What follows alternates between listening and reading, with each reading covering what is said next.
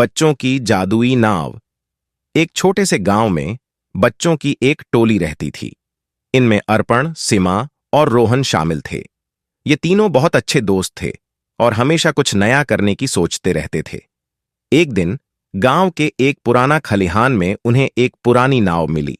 नाव बहुत पुरानी थी और उसमें जाले लगे हुए थे, लेकिन उनके आंखों में चमक थी।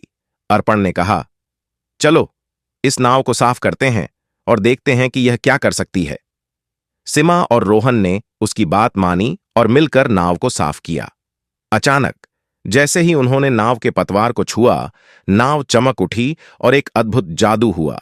नाव ने खुद को पानी में तैरने के लिए तैयार कर लिया और एक प्यारी सी आवाज आई, मैं हूं जादुई नाव, तुम्हें किसी भी जगह ले जा सकती हूं जहां तुम जाना चाहो, बस अपनी इच्छा बताओ। बच्चों की आंखों में चमक आ गई। अर्पण ने कहा, हम समुद्र की गहराइयों में जाना चाहते हैं।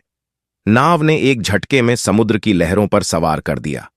समुद्र के अंदर वे अद्भुत रंग बिरंगे मछलियां और सुंदर कोरल रीफ देख सके।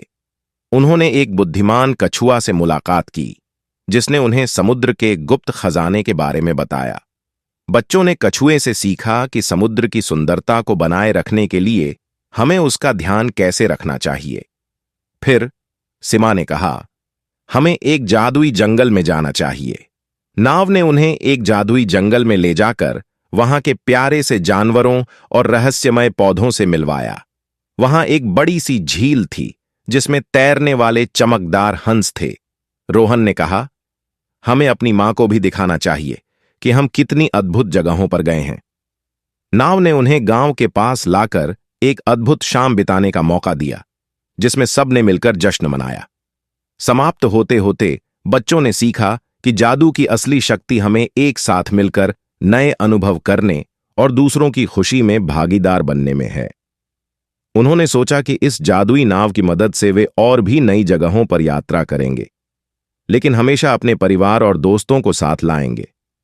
नाव ने बच्चों को उनके गांव के पास वापस छोड़ दिया और अब भी कभी कभी वे उस जादुई नाव पर सवार होकर नई अनदेखी जगहों की यात्रा पर निकल जाते हैं।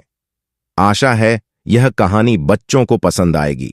आपको हमारी वीडियो अच्छी लगी हो तो चैनल को लाइक, शेयर और सब्सक्राइब करें।